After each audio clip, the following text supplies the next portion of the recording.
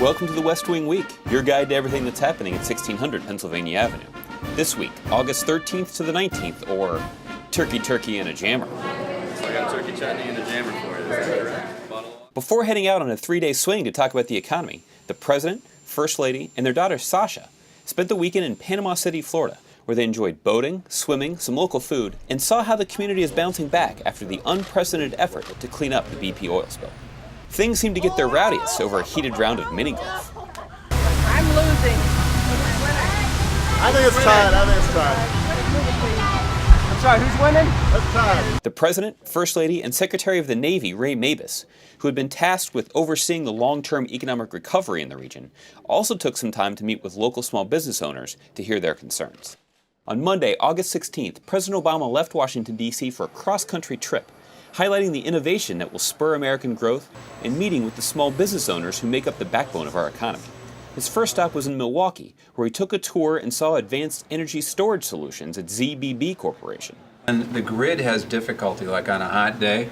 The grid can call on this storage to support the grid when all the AC kicks on and all of that goes on. So peak hours. Exactly. The President then spoke about clean energy manufacturing in the United States. See, when folks lift up the hoods on the cars of the future, I want them to see engines stamped made in America. When new batteries to store solar power come off the line, I want to see printed on the side, made in America. When new technologies are developed and new industries are formed, I want them made right here in America.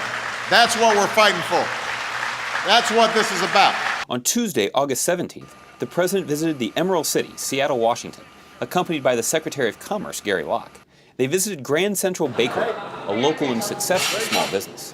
So much. Have you met Gary Locke? How you doing? Mr. Secretary, nice to see you. Thank you. They held a meeting in the bakery with other small business owners to find out how the federal government can help create conditions for small businesses to expand and hire more workers. I want to go around the room and just kind of hear about what you're doing and how you think at this point for you to be able to take us to the next level, what would be most helpful. But when you listen to these three business owners and you talk to small business owners across the country, it's clear that we've got to do more. And that's why I'm urging the Senate, once again, to approve a jobs bill that will do two big things for small businesses: cut more taxes and make available more loans.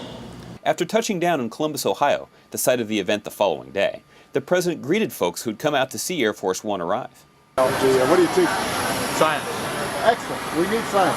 Yes, So, absolutely. how do I ask more teachers, but especially science teachers? All right. Thank you. On Wednesday, August 18th, President Obama met with the Weithman family at their home in Columbus, Ohio. It's a nice neighborhood. He sat with them around the kitchen table and talked about their challenges, concerns, and hopes for the future. The same kind of conversation that occurs in the homes of middle-class families all across America. We've gone through a really tough time these last 2 years. Things are now stabilized and they're getting better, but they're getting better slowly and not as fast as people want. And I'm sure you guys have friends and neighbors who've been affected. I'm sure you're not the only person who lost a job during this period. And what we want to do is just make sure that the steps that we're taking, here in Ohio and across the country, to help small businesses get loans and to build infrastructure projects that help to create jobs, that those things continue over time. He then took questions in the backyard with other families who live in the neighborhood.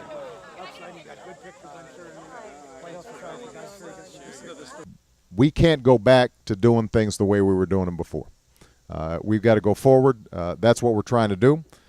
And hopefully, as we continue over the next several months and next several years, we're going to see a Columbus and an Ohio and a United States of America that is going to be stronger than it was before this crisis struck. To find out more information on any of these topics or to see complete videos of these events, go to whitehouse.gov. And thanks again for checking out your West Wing Week.